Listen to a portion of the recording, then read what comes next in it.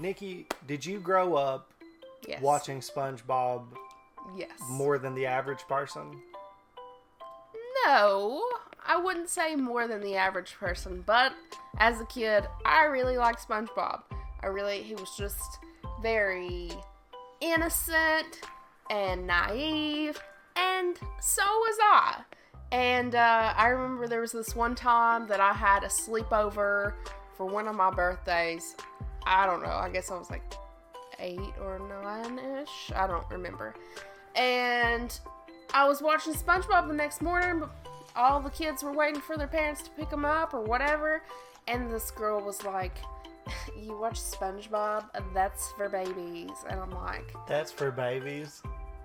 One, you sleep with a 3.5-foot Tweety bird that you have to take everywhere. But I'm the baby. But I was just like, what? And my dad was making breakfast and he was like, SpongeBob is like the coolest. I watch SpongeBob. So my dad was just like, screw you, kid. I see what you're trying to do. But yeah. Did you say, "I am baby"? I really am. No. I just remember being like, whatever, like, you're the weirdo. Yeah. No. Now, SpongeBob's annoying, and I relate to Squidward, and I understand that character much more. I just I was surrounded by like younger cousins and people's brothers and sisters, and they would not let me enjoy SpongeBob. So I watched SpongeBob a little bit. I've watched a decent amount of SpongeBob, but I haven't watched everything. Like, I know people who have seen every SpongeBob episode, there are some super fans. Oh, yeah.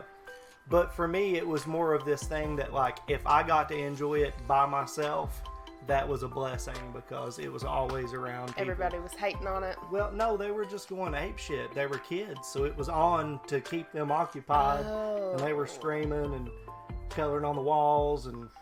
Got you. Yeah, no. I had an older brother, and then I had like a couple cousins, but like it wasn't crazy like that. So yeah, so you just got to chill. I got to do my thing most of the time. And I was a bit older when SpongeBob like really popped off. Yeah, like that. Chad's like what, 4 years older than me? Yes. Yeah, so it was like a big deal. Yeah. With like people my age. Right. Whereas Power Rangers was huge for me. And not really.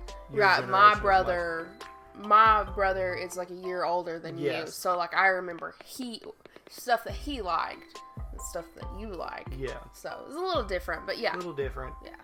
But like Pokemon. Pokemon wasn't as big when you were in school as it was when I was in school. Well, for some kids that I'm maybe made fun of. When I was in school. And it was big, it was everyone.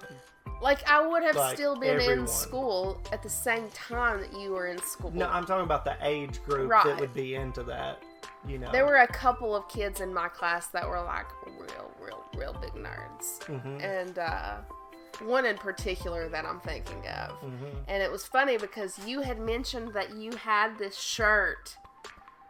And you were like, yeah, it was so cool. I wore it to school. And it's like this button-up, like, anime shirt or something. I can't remember. No. It had, like, it was like a dragon or something. Yeah. Like a Guy Fieri shirt. But with, like, a dragon on it. And, like, holographic. That's what this kid wore to school all the time. And me being the hater that I am, I was just, what is this kid's issue, man? Like... Yeah. So shiny shirts. You just couldn't handle the power. It was so I used to wear it, like, me and my friends used to wear ridiculous shit because we thought it was fucking hilarious. Like, Jesse one time wore a cupcake t-shirt, like neon blue with a big pink cupcake on it, and it came up to a midriff on him. For the sole fact to, like, when he raised his arms, it was coming nipples. up. No, not to nipples, but, like, up over his belly. And... for the sole fact of, like, I want to make the principal have to come up to say something to me over this. Like, that would be the most funny. But like that's part. funny to wear shirt. Like if I had like a Guy Fieri flame shirt, I would wear the shit out of that. Yeah. Because I know it's funny, but I wouldn't wear it to be like, I'm so fucking cool. But the thing is, like, if you wear something and that makes you feel that way, then, I know. then do it. I Who know. gives a fuck? I have grown. You were just a hater I have back grown then. a bit with age. You know, like Yeah. I feel like I was a bit harsh. I don't think I ever said anything, but I definitely was like. But you were just internally being like, Yeah. what the fuck? Yeah. Yeah, well, Meanwhile, SpongeBob I'm over is here for like, babies. SpongeBob's the fucking man, and this kid's probably watching some anime that's fucking kick-ass, and I'm just like, let's go flip our Krabby Patties. Yeah, SpongeBob is the man, but ooh, Lord of the Rings, gross. Whatever. Star Wars, gross. Whatever. It's all the same, just being creative. Alright, so we're gonna watch Yeah. SpongeBob, Conspiracy Number 1, the Squilliam Theory. Yes, this was suggested to us in our Discord. Yep. And we appreciate those suggestions because they give us brand new, interesting things to watch. SpongeBob Conspiracy Number 1, the Squilliam Theory. Let's get to it. Well, do you have any theories on Squilliam? Squilliam and Squidward are really the same. And, no, I don't know. Squilliam Fancy Son. Squilliam Fancy Son. Squilliam Fancy Son. Squilliam Fancy Son III is Squidward's rival from high school band class. So, I just took my private yacht across my private lake to my private heliport. He's more wealthy, popular, and talented than Squidward, and he always rubs it in his face. That's right. I'm living your dreams, Squidward. Oh, just succeeding in everything you failed in. But I intend to prove that he's a fraud, using his wealth to make himself seem more popular and talented than he actually is. He goes to ridiculously extreme and expensive lengths to humiliate Squidward and show his superiority, and I'm gonna prove it. SpongeBob is one of my favorite shows from my childhood. Even going back now and rewatching the old ones, it still holds up. You might think, it's just a kid's show, there's no continuity, there's nothing worth theorizing about, but the show constantly brings back characters and references to previous episodes, and if you look closely, you can connect the dots and find some very interesting stories. And today, I'm going to prove that Squilliam Fancy Son III is a manipulative fraud. Evidence number 1, the pet hospital. We first meet Squilliam in Season 2, Episode 15, Band Geeks. The episode opens with Squidward playing the clarinet and getting a knock on the door.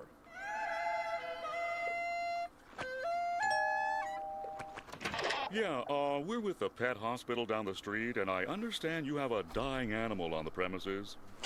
Immediately after, Squidward gets a call from Squilliam. Hello, you've reached the house of unrecognized talent. Please start after the... Sounds as though you've got a dying animal to attend to, eh, old chum? I believe that not only was Squilliam spying on Squidward to know when he was playing his clarinet, but he also hired the doctor to come and embarrass Squidward. Yeah, we're with the pet hospital down the street. Pet hospital down the street. We have never seen a pet hospital in Bikini Bottom. We've only ever seen just the regular Bikini Bottom hospital. We've seen this purple doctorfish before, but once again, he's never worked at a pet hospital. We've only ever seen him at the regular general hospital. Well, Mr. Squarepants, it seems you have the suds. Are you ready for your treatment? Then there's this green fish behind him, and we've only ever seen him as one of the many identical paramedics that work at the Bikini Bottom Hospital. We even see him at the end of the episode to take Squilliam away after fainting. So it is very likely that Squilliam hired these two and told them to pretend like they're from a pet hospital just to humiliate Squidward. But this is just the start of Squilliam's elaborate lies. Evidence number 2, the Bubble Bowl. In the same episode, Squilliam also says, I'm the leader of a big fancy band now, and we're supposed to play the Bubble Bowl next week. The problem is, I'm busy next week and can't make it, so I was hoping you and your band could cover for us. But we've never seen Squilliam's band before, and despite claiming he's too busy to make it to the Bubble Bowl, he still shows up at the end to watch Squidward's band. So both his excuse and probably his band were made up to pressure Squidward into humiliating himself at the Bubble Bowl. Evidence number 3, Squilliam's friends. In Season 3, Episode 8, Squilliam returns. Squidward leaves for work and conveniently bumps into Squilliam and all of his fancy friends, despite Squilliam not seeming like the kind of guy that would come near the Krusty Krab. He and his friends make fun of Squidward for working as a cashier. Hold it! Don't tell me! You're a cashier! Don't lie. Lying always makes it worse. But I believe that this encounter was planned out by Squilliam in advance, and he hired all of those people to pretend to be his friends. Take a look at Squilliam's friends. They're all nicely dressed, you kind of get the sense that they're fancy, high-status members of Bikini Bottom, but they aren't. This is more like what the fancy rich people in Bikini Bottom look like. These are just some regular Bikini Bottom citizens. Yeah. Most of them usually don't even wear nice clothes like this. And most of them are regulars at the Krusty Krab and would already know Squidward as the cashier. Right, Patty doesn't have enough slime. These are not the type of people Squilliam would hang out with. I mean, why would Squilliam be hanging out with one of Pearl's teenage friends? At the end of the episode, Squilliam even admits to his whole life being fake. I made everything up about my life. I have no yachts, jets, or anything. I was only trying to impress you. And then, of course, he quickly says he's just kidding. Is that true? Of course not! I'm filthy stinking rich! But was he kidding? I mean, obviously he's rich, but is there a nugget of truth in there? Evidence number 4, the statue. In Season 7, Episode 6, Squidward has to pick up trash for community service, and Squilliam once again conveniently bumps into him and reveals he's cleaned up so much trash that the city actually built a statue of him. Maybe if you clean up Bikini Bottom, they'll build a statue of you. Oh, wait! They've already built one. Of me! I cleaned up all of Bikini Bottom in only 1 week. I believe that once again, this encounter was staged by Squilliam, and he actually paid to get that statue built. As Squilliam tells Squidward about the statue, a female fish admires it and says, Bless you, Squilliam Fancy Sim. Bless you. but if you remember, this is one of those friends Squilliam likely paid, making her whole comment feel very fake. Damn. By the end of the episode, This man Squilliam's went statue deep gets on that. destroyed. A police officer approaches and they have this exchange. This is your statue? It was. Squilliam admits that it's his statue, not the city's. And why else would the officer give him specifically a ticket if it was city property? Evidence number 5, the concert.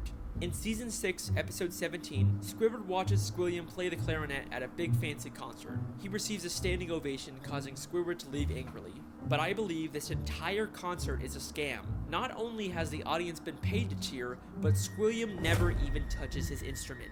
Once again, many of the audience members were part of Squilliam's quote-unquote friends, but we also never actually see Squilliam play the clarinet. The episode opens right after he's finished his performance with the audience cheering, and one member of the audience says, He's such a great musician.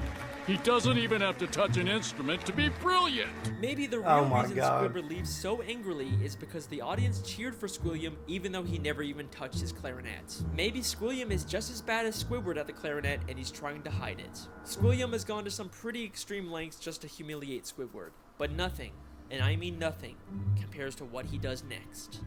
Evidence number 6, the music college. In the same episode, after Squidward leaves the concert, he's approached by the headmistress of the Bikini Bottom prestigious music college. Aren't you the esteemed Squilliam Fancyson III, who we all came here to see perform tonight? She mistakes him for Squilliam and offers him a position as a professor. Squidward pretends to be Squilliam and teaches a class, only for the police to burst in and arrest him, all while he's being filmed on live TV.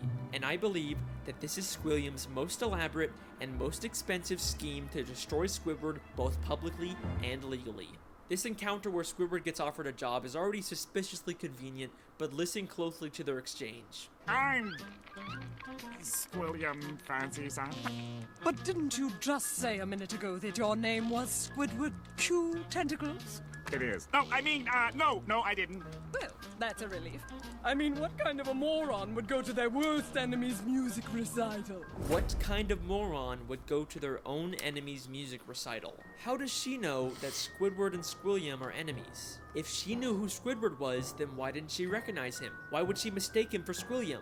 This feels way too much like she was hired by Squilliam to set a trap for Squidward. And if that's not enough, the headmistress's associate is literally just a guy from the paid audience wearing a disguise. He just threw on some glasses to seem smart. Squilliam knew that Squidward couldn't resist the opportunity to teach a music class, even if it meant breaking the law. My very own music class. Then we get to the Bikini Bottom prestigious music college, and right off the bat, there's something very fishy about this place. The building itself is very green and grimy and has a very cheap metal look, Nothing about this says prestigious, except for the big sign on No. top, which feels like the only new thing about this building. I think there is a very good chance that Squilliam just bought some old warehouse, then stuck a sign and some paint on it to disguise it as a college. I mean, look at these other schools in Bikini Bottom. They all have a very nice structure and a paint job, but this prestigious music college looks like a dumpster. Going into the classroom, not only does it have another one of Squilliam's friends, but if this is such a prestigious college, how did SpongeBob and Patrick get in here? Would True. you two numbskulls mind telling me what you're doing in music class anyway? Sure. Patrick's New Year's resolution was to learn to play an instrument. They say it was their New Year's resolution to take a music class, but you'd think it'd be harder for them to get into an esteemed music school if they just decided to go to it on a whim. Seems like they're just Yeah. letting in anyone to sell this ruse. Then, both the police, Squilliam and the headmistress, and a live news broadcast show up at the same Damn. time to arrest Squidward for impersonating Squilliam. If the extremely coincidental fact that all of these people suddenly showed up at the same time isn't enough for you to believe that Squilliam set it all up, I've got something that's going to blow your mind. Squilliam literally has the police working for him. Damn. I'm placing you under arrest for impersonating I forgot that he is If a that doesn't cop. sound like he's been paid off, I don't know what does. The lengths that Squilliam goes to humiliate Squidward are insane. He literally builds statues and entire buildings just to make Squidward feel inferior. But why? Why would anyone go so far to embarrass an old high school band classmate? What happened between them? What could have caused this extreme level of dedication? Well, unfortunately, we never really get much information on their past. I've spent Damn. hours reading through the SpongeBob Wikipedia and Jeez. looking at old episodes, and there really just isn't any clues that would explain their weird relationship. I guess we can't solve everything, but either way, that's Shit, my man. theory. Thank you so much for listening. I really hope you guys enjoyed. I'll see you next time. Wait a second. What? Season 6, Episode 5, Slide Whistle Stooges. You Just son of a an episode bitch! where SpongeBob and Patrick annoy Squidward. Nothing really out of the ordinary. Except I have one question about this episode. Why does Squidward have Squilliam's robe? That is clearly not the purple robe he usually wears. That is Squilliam Fancyson III's robe. Why would Squidward have this? Unless they were more than just classmates. Could they have once been dating? No way. That's not possible. There's no evidence to support that. Right? Don't be intimidated, Squidward. Try to imagine him in his underwear. Oh no, he's hot! No. It can't be. I mean, what kind of a moron would go to their worst enemy's music recital? It's been right in front of us this whole time. Our sources last saw evil Oh my harassing God. teenagers up at Makeout Reef. Make out rage. Good time. Good time. Voted most likely to suck eggs in high school. Holy shit! Very funny. Suck eggs. I'm not even gonna lie. That's what I thought. Oh, That's really? what I thought of. Like, why would they have such beef? Ex-lovers. Maybe. Maybe. So, like, first off, I just feel like, okay, this is just reaching way too far. And I'm like, well, it kind of, not the second part, but it just kind of explains everything. And then I'm like, I don't even think that the writers of SpongeBob went that deep into it. Oh, they definitely did. You feel Oh, like that? yeah, I'm sure they did. Because as a kid, Absolutely. I never thought of anything like that. I just took it That's at what face makes value. a lot of these cartoons really good, is the fact that if you really dig into them, they connect in different episodes and lore builds and characters That's build. SpongeBob? Yeah. Oh, That's yeah. crazy. It was most cartoons aren't a one and done episode by episode thing, and that's just it. Yeah. There's a lot of them that loop around. I mean, back when they were just trying to sell action figures for shit, it may not be as Right, in depth. meta, I Yeah. guess you could say. Like, everything's not going to be as one episode ties into the next. But yeah, definitely shit like that, dude. How long was SpongeBob on TV? I mean, time. shit. I think it's still running. They probably have tons of storylines that intersect in different ways. Well, thank you for the recommendation. It's gonna, puzzle me. But, yeah, I Good really stuff. appreciate it. Definitely good stuff. This was Alex Bale, so check his channel out. Subscribe, like the video because it was awesome. Yeah. I mean, it's over 6 million views. That's so insane. Yeah, a lot of people have Jeez. been able to check this little fan theory out, which is very interesting. Yeah, So again, very cool. Thank you for the suggestion, and if you have more, you can leave that in the Discord, which will be in the description of this video, or you can leave it in the comments below. that's right. But for this video, I think that's going to do it. It's gonna do it. See y'all next time.